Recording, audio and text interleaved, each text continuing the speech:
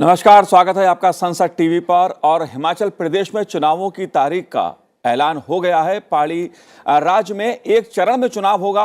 12 नवंबर को मतदान होगा और 8 दिसंबर को मतगणना होगी। इस समय चुनाव आयोग की प्रेस कॉन्फ्रेंस चल रही है। आइए सीधे आपको लेके चलते हैं इस प्रेस वार्ता में। We go to the last.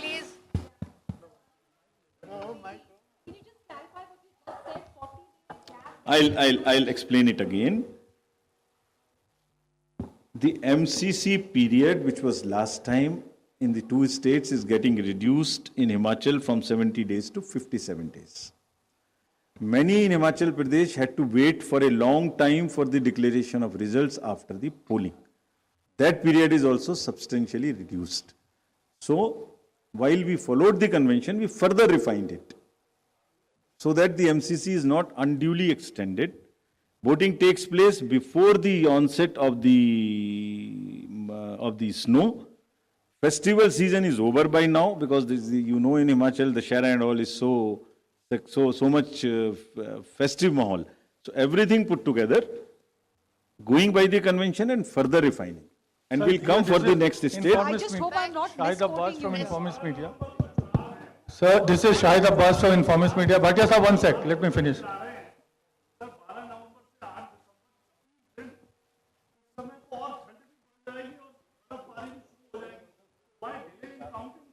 Counting में हम बिना ठंड के करा लेंगे, आप चिंता न करें।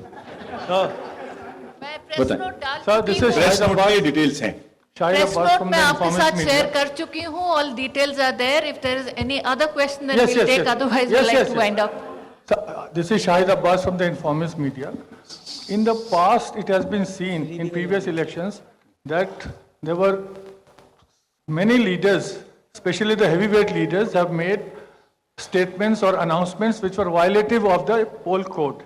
And the poll panel has let them off with a minor or a small warning. Now this time, should we expect that the poll panel will gather enough guts to take stern action? Please be sure of it.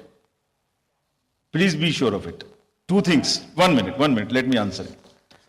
Because he's asked a important question. And this is also linked to somebody asked about the freebies distribution during the election. Let us assure you on behalf of all of us who are sitting here, we have zero tolerance towards the distribution of any kind of inducement. And we have energized entire machinery. I'll explain to you what we have done and what we will continue to do. GST will look at all the e-ways and goods which are going to the poll-bound states, even the nearby states. They have mapped all the godowns, warehouses, so that nothing is stacked there. Saris or mixies or these kind of things. All.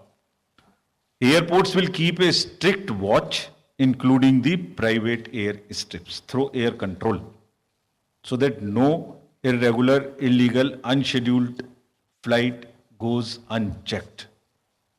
The borders of the state, in this case, which is Himachal Pradesh, is bordering with Punjab, with J&K, borders would be sealed. All the anything coming inside, we have zero tolerance. The deputy commissioners, IGs, police personnel, excise personnel, chief secretary, DG, all understand this very well. And if there is any deficiency in this understanding, we'll make sure that they understand. It will not happen. Let CC kindly complete, Yeah. please. Don't interrupt. In a debate that the political party is making announcement from the dais and from the platform. What about that? Like, is anything being taken by the Election Commission on that also? There is as you all know, there is a consultative process which we have initiated. That is about manifestos. That does not use the term which you are using. In the manifesto, anything which is a election promise, that should be explained, that should be feasible. The political parties, candidates have an undisputed right to announce and make a promise which they feel is feasible. Simultaneously, just oppose this, voters also have a right to know how would it be fulfilled. So this consultative process, it would all be governed by the existing extant legislative framework. And you know what the legislative framework is. Beyond that, the consultation is going on. The honorable political parties are supposed to come back to us on a consultation paper by 19th of October. Let us receive those valuable suggestions because they are the major stakeholders in the entire process. They intermediate between the voter and the government. So we value their, we'll give the due consideration, rather what it deserves, and thereafter would decide as to what needs to be done. So we'll take the last question from there. Hi, sir. So my question is regarding the fact that you said that you're going to set up social media Can cells you please in all introduce DM offices. yourself along with the media? Deeksha Bhardwaj from Hindustan Times, in the CEO office as well as in the DM office. But are you planning to take any action? Will there be punishment for misinformation? Because a lot of it has gone unchecked so far, and there's only a voluntary code of ethics. Are you going to punish the people for spreading this misinformation, or is it going to be another just like a, rap on the wrist? It's an extremely important question, and it requires an answer which is very vast in itself. There are multiple things which can happen while we are looking at the social media. There can be existing narratives which exist from the last election, previous election, 3-4 election. जैसे हर बार एक news आती है कि एक पुराने CEC साहब ने कहा कि कृष्णमूर्ति साहब ने कि वो ईवीएम से इलेक्शन रिग हो जाते, वो न्यूज़पेपर में ही नहीं आया कभी, वो किसी ने प्रिंट किया ऐसा जैसे न्यूज़पेपर जैसे लगे, हर बार डाल देते हैं. So this is one part. We will use whatever methods we have to identify such fake news which keep coming all the time. Second, there are certain rumors which gets spread during the elections in a particular constituency or which have ramifications across. आप देखिए पूरा चुनाव आयोग कितनी मेहनत करके एक पूरे इलेक्शन को 5-5, 6-6 इलेक्शन को एक साथ में कराता है, और उसके बाद एक पर्टिकुलर न्यूज से वो होने लगता है कि as if all kinds of narratives come. Social media would be monitored. They have been all directed to respond immediately before it gets the traction. It becomes explosive. If it's 30 minutes gone, then there is no point answering this because the damage is done. So they have all been asked to be very, very vigilant, respond with facts, and if they can't find facts in 15-20 minutes, reply by saying that we have seen this and we are finding facts and we will come back. So that they join that thing immediately, they break that cycle, we understand how it moves by getting it out of our hands. Sir, Anand, Thank you so much. 1 minute, let me complete the other dimensions also. on Shefali this. There are criminal action possibilities which originate out of various legislative framework under the IPC, under the various other acts. We will not hesitate in taking those actions wherever IPC or other sections violation is involved. We have made it very clear to everybody and will enforce this. sir, Thank Anand you India so much, team to sir. decide. We've had enough. This side, ma'am. Shefali sir ma'am. मेरा एक question है, मैं अरविंद पांडे हूँ, दैनिक I know जागरण। बहुत questions होंगे, detail press Hello, note ma'am. आपके Sir. साथ है, कृपया आज की रिपोर्टिंग उसी पे कर लें हम. Thank you so much. तो भारत निर्वाचन आयोग ने हिमाचल प्रदेश के लिए विधानसभा चुनावों की तारीखों का ऐलान कर दिया है। 12 नवंबर को मतदान होगा और 8 दिसंबर को मतगणना होगी। मुख्य चुनाव आयुक्त राजीव कुमार जी ने इन तारीखों का ऐलान किया, लेकिन राजीव कुमार ने बहुत इंपॉर्टेंट चुनावों को लेकर कई अहम ऐलान, दिशा निर्देश की बात भी कही है। खास तौर से मतदान प्रतिशत कैसे बढ़े, शहरी क्षेत्रों में कुछ गिरावट देखने को मिली थी, कैसे मतदान प्रतिशत बढ़े, इस पर चुनाव आयोग का सबसे ज्यादा फोकस है और इसीलिए चुनाव आयोग ने कई कदम उठाए हैं। मेरे साथ इस समय वरिष्ठ पत्रकार रोशन गौड़ जी मौजूद हैं, स्टूडियो में मौजूद हैं। रोशन जी, आपका बहुत बहुत स्वागत है संसद टीवी पर। धन्यवाद। मतदान प्रतिशत कैसे बढ़े, इस पे सबसे ज्यादा जोर राजीव कुमार जी का रहा, और इसके लिए महिला संचालित बूथ किस प्रकार बनाए जाएं, 80 प्लस के जो उम्र के हमारे सीनियर सिटीजन हैं उनको किस तरह सुविधा दी जाए कि वो अपने मत का प्रयोग कर सके, इस तरह के तमाम कदम चुनाव आयोग ने उठाए हैं। आप कैसे देखते हैं हिमाचल प्रदेश के जो चुनाव का ऐलान हुआ है, तारीखों का ऐलान हुआ है उसको, और चुनाव आयोग के जो दिशा निर्देश हैं इसको आप कैसे देखते हैं? देखिए, मुझे लगता है कि अभी जो प्रेस ब्रीफिंग चल रही थी उसमें कुछ बातें तो बहुत उन्होंने स्पष्ट कर दी हैं कि जो फ्री व्हील्स को लेके बात होती है, जो अपने जो हमारे जो मतदाता हैं उनको लुभाने के लिए तमाम तरह के जो वायदे होते हैं उसके लेके उन्होंने बात की। जो आपने कहा कि मतदान कैसे बढ़ाया जाए उसका प्रतिशत, तो सबसे पहले उन्होंने कहा कि जन जागरण अभियान चलाया जाएगा, बहुत बड़ा अभियान चलाया जाएगा, ताकि जो पिछली बार का कल लगभग 60% के आसपास जो वोट परसेंटेज था उसको कैसे बढ़ाया जाए, और खासकर शहरी क्षेत्रों में। तो एक तो जन जागरण किया जाएगा। जो पहले वोटर हैं, जो फर्स्ट टाइमर है, वो लगभग 1 लाख के आसपास हैं, उनको कैसे आकर्षित करें कि आप अपना वोट का इस्तेमाल करें, अपने अधिकार का इस्तेमाल करें।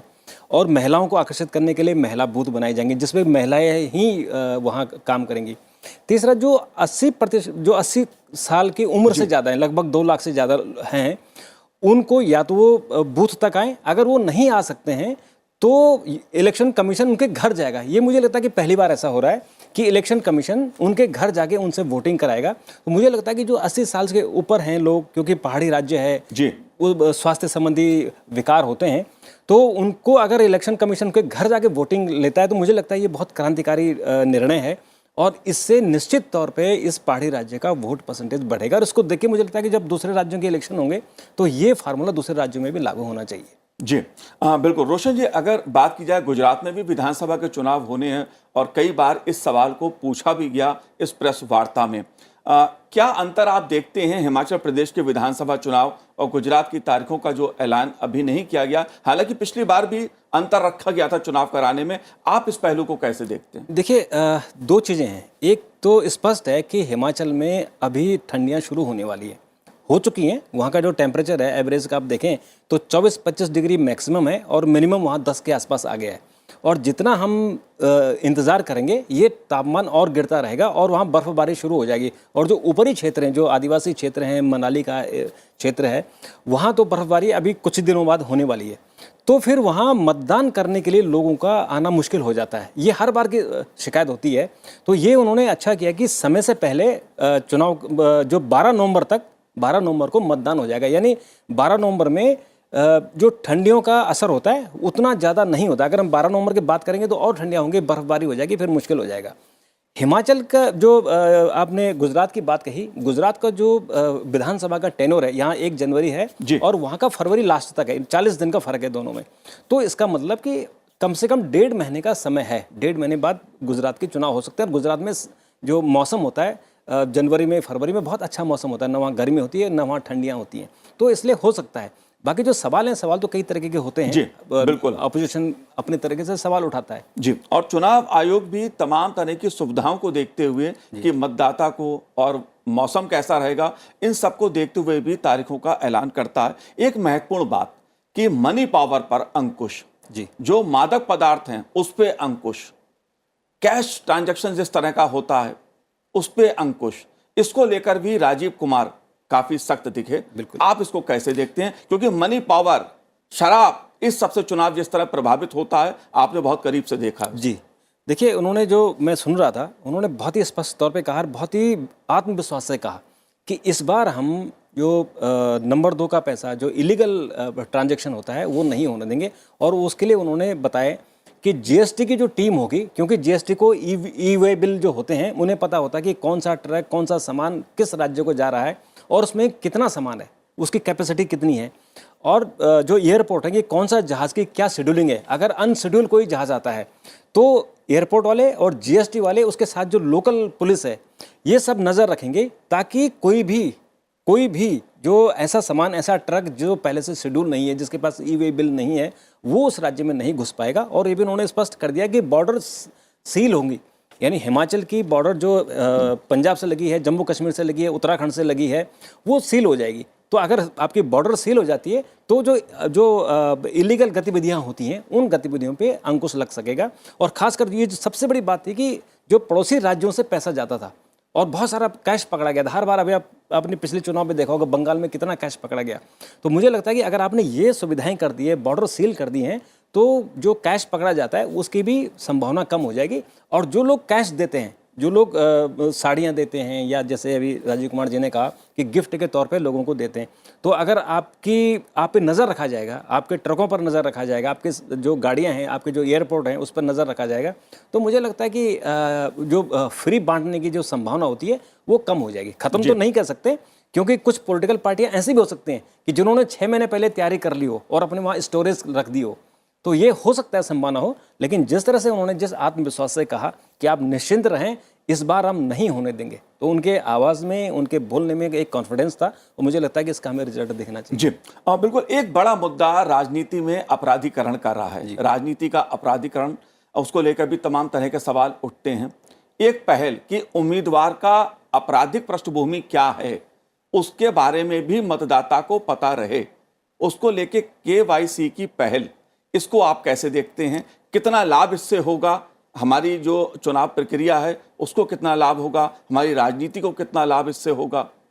देखिए, हमारे यहाँ जो नियम है, जो कानून है, जनप्रतिनिधि अधिनियम है, उस अधिनियम में कहा गया है कि अगर किसी को 2 साल की सज़ा होती है तो उसको चुनाव नहीं लड़ने देना है। लेकिन हमारे यहाँ जो न्याय प्रक्रिया है वो बहुत लंबी है, उसको सज़ा होने में कई साल लग जाते हैं, तो इसके कारण वो लोग चुनाव लड़ पाते हैं। तो इसमें जो पॉलिटिकल पार्टियाँ हैं उनको भी सोचना चाहिए, जब आप किसी कैंडिडेट को टिकट देते हैं तब इस बात का ध्यान रखना चाहिए कि हम क्या आपराधिक पृष्ठभूमि वाले को टिकट दे रहे हैं कि नहीं। एक दूसरा, जो चुनाव आयोग अपनी तरफ से कोशिश कर रहा है, अगर आप चुनाव आयोग की साइट पर चले जाएं तो हर कैंडिडेट का एक एफिडेविट पड़ा होता है और उस एफिडेविट से आप पता कर सकते हैं उस पर कितने आपराधिक केस हैं, कितने दूसरे केस हैं। और अगर उन्होंने इस बार कोशिश करती है कि आपको जो आपका मतदाता है वो बूथ पर ही पता कर सकता है कि मैं जिस कैंडिडेट को वोट डालने जा रहा हूं उनका KYC क्या है, तो मुझे लगता है कि ये भी क्रांतिकारी निर्णय होगा। क्योंकि बहुत सारे लोगों को पता होता है या वो इलेक्शन कमीशन की साइट पर नहीं जा पाते हैं, और जब चुनाव होते हैं तो मुद्दे दूसरे हो जाते हैं, उसमें उनका जो आपराधिक रिकॉर्ड है वो नहीं आ पाता है। तो अगर आपको इलेक्शन कमीशन में ही पता लग जाए, आपकी जो जन जागरण अभियान चलाया जाएगा उसमें पता लग जाए कि कौन कैंडिडेट है, किस पे कितने आपराधिक मुकदमे, और अपराध भी किस स्तर का अपराध है। अगर आप केवल धरने प्रदर्शन के मुकदमे आप हैं तो इनको अपराध नहीं माना जाता है, लेकिन जो बाकी अपराध है अगर उसमें उन पे केस हैं तो तब निश्चित तौर पे हमारे वोटरों को पहल करनी होगी, क्योंकि कानूनन उनको रोक नहीं सकते। पॉलिटिकल पार्टियां भी टिकट देती हैं, तो ये मतदाता का ही काम है कि ऐसे लोगों को वोट न दें, उनका बहिष्कार करें। और चुनाव आयोग हर मतदाता को ये समझा रहा है, बता रहा है, जागरूक कर रहा है कि जो उम्मीदवार है उसने कौन सा अपराध किया है जी, उसके लिए उस पे कौन से मुकदमे चल रहे हैं, हाँ, इसकी जानकारी उस ऐप के जरिए मतदाता को मिलेगी। एक अच्छी पहल कर सकते हैं, कह सकते हैं कि हमारी जो राजनीति है वो साफ सुथरी होगी। लेकिन एक बड़ा मुद्दा जो मुफ्त की राजनीति है जी, काफी उसको लेकर भी सवाल उठते हैं, काफी उसको लेकर भी बहस चर्चा सुनने को मिल रही है, और इस प्रेस कॉन्फ्रेंस में भी तमाम तरह के सवाल उसको लेकर भी उठे। इसको आप कैसे देखते हैं, क्योंकि मुफ्त की राजनीति अलग अलग रूप में उभर के सामने आ रही है? जी देखिए, जैसे दिल्ली में हुआ कि आपको बिजली फ्री देंगे, फिर पंजाब में हुआ कि बिजली फ्री देंगे, और उसका असर हुआ चुनाव में हुआ।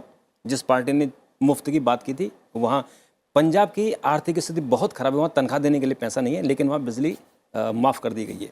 यही स्थिति अभी गुजरात में और हिमाचल में जाके भी एक पॉलिटिकल पार्टी ने कहा कि हम 300 यूनिट या 200 यूनिट बिजली फ्री कर देंगे। इस बार जो सुप्रीम कोर्ट में ये मामला आया था तो सुप्रीम कोर्ट ने सारे पॉलिटिकल पार्टियों से पूछा था, सरकार से भी पूछा था कि इस पे आपका क्या स्टैंड है। तो वो बात अभी पूरी नहीं हुई, क्योंकि उससे पहले चुनाव डिक्लेयर हो गए। और अभी पिछले हफ्ते ही चुनाव आयोग ने एक मीटिंग की थी, उस मीटिंग में सारे पॉलिटिकल पार्टियों को बुलाया था और सारे पॉलिटिकल पार्टियों को चिट्ठी लिखी गई थी कि जब आप कोई घोषणा करेंगे, कोई मैनिफेस्टो में अगर आप जिक्र करेंगे तो ये भी बताएंगे कि ये जो आप फ्री बी की बात कर रहे हैं, जो आप मुफ्त देने की बात कर रहे हैं, इसका पैसा कहाँ से आएगा। तो चूंकि वो डेलिब्रेशन पूरी नहीं हुई है, अगर हो सकता है कि इसके बाद जब ये चुनाव हो जाए उसके बाद आगे इस पर बहस हो, तो इस पर ये मुद्दा जरूर आएगा कि ये पैसा कहाँ से आएगा, ये आपको बताना होगा। क्योंकि चुनाव जीतने के बाद आपने क्या किया, जैसे पंजाब का हमने उदाहरण देखा कि आपने बिल्कुल declare कर दिया। ये एक बड़ा मुद्दा है मुफ्त की राजनीति का, और इसको लेकर काफी बहस इन दिनों देश में भी हो रही है। जाहिर तौर पे हिमाचल विधानसभा के चुनाव हैं तो ये मुद्दा वहां पर भी उठेगा। इस समय हिमाचल शिमला से वरिष्ठ पत्रकार डॉक्टर शशिकांत शर्मा जी मेरे साथ जुड़े हुए हैं। डॉक्टर शशिकांत जी, आपका स्वागत है संसद टीवी पर। जी शशिकांत जी, चुनाव तारीखों का ऐलान हो चुका है, आप कैसे देख रहे हैं इन चुनाव की तारीखों को, और जिस तरह की घोषणाएं की हैं चुनाव आयोग ने खासतौर से सीनियर सिटीजन्स के लिए, खासतौर पर 80 प्लस की उम्र के जो लोग हैं उनकी सुविधा के लिए जो कदम उठाए गए हैं, उसको आप कैसे देखते हैं?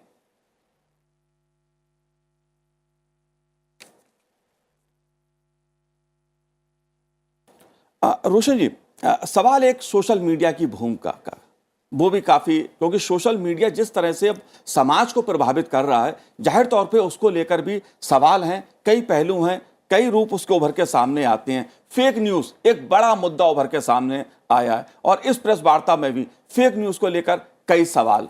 फेक न्यूज किस तरह से चुनावों को प्रभावित कर रहा है, किस तरह सोशल मीडिया का जो प्रभाव है वो राजनीति में बड़ा है, इसको आप कैसे देखते हैं? देखिए, ये जो सोशल मीडिया है, ये असल में इसने एक राक्षस की भूमिका ले ली है। एक ये बहुत बड़ा राक्षस बन गया है, इसको संभालना बड़ा मुश्किल हो गया है। इसके लिए अभी जो सूचना प्रसारण मंत्रालय और जो हमारा दूरसंचार विभाग है, उन्होंने मिलके एक नियम निकाले हैं, और उस नियम में उन्होंने जैसे फेसबुक है, ट्विटर है या व्हाट्सएप है, इनको जिम्मेदार बताया है कि अगर कोई फेक न्यूज़ चलाता है, अगर कोई गलत धारणाएं प्रचारित करता है, तो आप इसके लिए रिस्पॉन्सिबल हो गए, और उस पर काम भी चल रहा है। लेकिन उसके बावजूद इतनी बड़ी, चूँकि हमारा देश की आबादी बहुत बड़ी है और हमारा जो इंटरनेट का जो प्रसार है वो करीबन 80 करोड़ लोगों तक पहुंच गया है। तो 80 करोड़ लोग अगर हमारा मोबाइल यूज़ कर रहे हैं, व्हाट्सएप यूज़ कर रहे हैं, तो उसमें फेक न्यूज़ का प्रसार का बहुत संभावना रहती है। और इसको संभालना, एक तो जैसे इलेक्शन कमीशन ने कहा कि हमने सोशल मीडिया टीम बना दी है, हम नज़र रखेंगे कि अगर कोई फेक न्यूज़ करता है तो उसको तुरंत रोकेंगे, और पुलिस भी इसमें अलर्ट रहेगी, क्योंकि पुलिस का भी अपना एक सिस्टम है। लेकिन उसके अलावा जो हमारे लोग हैं, जो जनता है, जनता को भी इससे सबक लेना होगा, और इसमें सहभागिता निभानी होगी कि फेक न्यूज़ को आगे ना करें, फॉरवर्ड ना करें, फैलाएं नहीं। तो अगर किसी पॉलिटिकल पार्टी या उनके जो कुछ लोग हैं, उन्होंने अगर ऐसा फेक न्यूज़ फैलाया है, तो उसको जब तक हमारी जनता उसको रोके ना, हमारी जनता उसको फॉरवर्ड ना करे, तो उसमें उनकी सहयोग बहुत जरूरी है। बाकी इलेक्शन कमीशन कर रहा है, पुलिस अपना काम कर रही है, उसके बावजूद भी जनता का सहयोग जरूरी है। टेक्नोलॉजी की भूमिका चुनाव आयोग ने खासी बढ़ाया इसको, और आम मतदाता की सुविधा के लिए तमाम कदम उठाए हैं। आपको अगर मतदाता बनना है तो उसके लिए भी अब ऐप, तमाम तरह की सुविधाएं टेक्नोलॉजी के जरिए चुनाव आयोग ने दी हैं। टेक्नोलॉजी के जरिए आप चुनाव की भूमिका को कैसे देखते हैं, और जिस तरह के कदम कि लोगों को जागरूक करने के लिए भी टेक्नोलॉजी का इस्तेमाल चुनाव आयोग कर रहा है, मतदाता बनने के लिए उसका इस्तेमाल किया जा रहा है, इसको आप कैसे देखते हैं? देखिए, पहले आपने भी देखा, हम सब लोगों ने देखा कि पहले जो है वॉलेट से वोटिंग होती थी, फिर अभी हम ईवीएम से वोटिंग कर रहे हैं। तो ये टेक्नोलॉजी इसमें विस्तार हुआ है। इंटरनेट पर हर कैंडिडेट की इन्फॉर्मेशन होती है कि उसका आपराधिक रिकॉर्ड क्या है, उसका वित्तीय आधार क्या है, कहाँ से उसकी कमाई हो रही है, क्या उसके पास अतिरिक्त पैसा तो नहीं है। ये टेक्नोलॉजी के माध्यम से हुआ है। और जो जन जागरण हो रहा है, चाहे रेडियो के माध्यम से, टीवी के माध्यम से, आपके सोशल मीडिया के माध्यम से, ये टेक्नोलॉजी के जरिए हो रहा है। तो जो वोट परसेंटेज बढ़ने का है वो टेक्नोलॉजी के माध्यम से होगा। और जो ऐप आया है जिसके माध्यम से मतदाता को अपना वोट डालने से पहले जब पता लगेगा कि मेरा KYC क्या है, जो नो योर कैंडिडेट मेरा कैसा है, तो ये मुझे लगता है कि लोगों के लिए और भी आसान होगा। तो टेक्नोलॉजी ने जीवन को आसान कर दिया है जी, और उसका फायदा हमें। और हमने देखा भी कई राज्यों में देश में मतदान प्रतिशत खासा बढ़ा है। पिछले कुछ समय की बात करूं तो अब 70, 75, 80% तक कई राज्यों में मतदान प्रतिशत देखने को मिलता है। और उम्मीद करते हैं कि हिमाचल प्रदेश में भी जो विधानसभा चुनाव हो रहे हैं उसमें भी मत प्रतिशत इस बार अच्छा खासा बढ़ेगा। आइए सुनते हैं मुख्य चुनाव आयुक्त राजीव कुमार जी ने क्या कहा। The Gazette notification would be 17th October. The election would be in one phase. Last date for nomination would be 25th October, that is Tuesday. Date for scrutiny would be 27th. Last date for withdrawal would be 29th. And date of poll 12th November. And date of counting 8th December. And the entire process is completed by 10th of December. So again, through you with the appeal to all the voters on behalf of all of us to come and vote in the state of Himachal. तो जाहिर तौर पर चुनाव आयोग ने तो तारीखों का ऐलान कर दिया, लेकिन रोशन जी, चुनाव कैसे होंगे, कितनी पारदर्शिता के साथ होंगे, इसके लिए चुनाव आयोग ने कदम उठाए हैं। लेकिन एक सियासी सवाल, आखिरी सवाल, इस बार चुनाव में आपको क्या लगता है, क्योंकि हर बार एक ट्रेडिशन रहा है हिमाचल प्रदेश का कि सत्ता बदलती है, आप कैसे देखते हैं? देखिए, अगर आप पिछले एक महीने का ही अगर आप डेवलपमेंट देखें, पॉलिटिकल डेवलपमेंट, तो आम आदमी पार्टी की जो हिमाचल यूनिट थी वो पूरी की पूरी बीजेपी में शामिल हो गई है। हिमाचल के जो कांग्रेस के कार्यकारी अध्यक्ष थे वो बीजेपी में शामिल हो गए हैं, और कांग्रेस के जो कद्दावर नेता थे वीरभद्र सिंह जी, उनका निधन हो गया है जी। तो मुझे ऐसा लगता है कि इसमें विपक्ष बहुत कमजोर है जी। तो मेरा ऐसा अनुमान है कि इसमें बीजेपी बहुत कंफर्टेबली वापस जी, आएगी। लेकिन चलिए, ये आपका अपना एक अनुमान हो मेरा सकता अनुमान है, लेकिन हिमाचल प्रदेश की जो एक राजनीतिक परंपरा मैं कहूं तो उसमें मुकाबला बीजेपी और कांग्रेस के बीच कांटे का देखने को मिला है। लेकिन इस बार क्या होगा, इस पे पूरे देश की निगाहें लगी रहेंगी। रोशन जी, आपने हमसे बात की, बहुत बहुत शुक्रिया, बहुत बहुत धन्यवाद संसद टीवी से बात करने के लिए। तो आज हमारे इस कार्यक्रम में इतना ही, मुझे दीजिए आज्ञा, नमस्कार।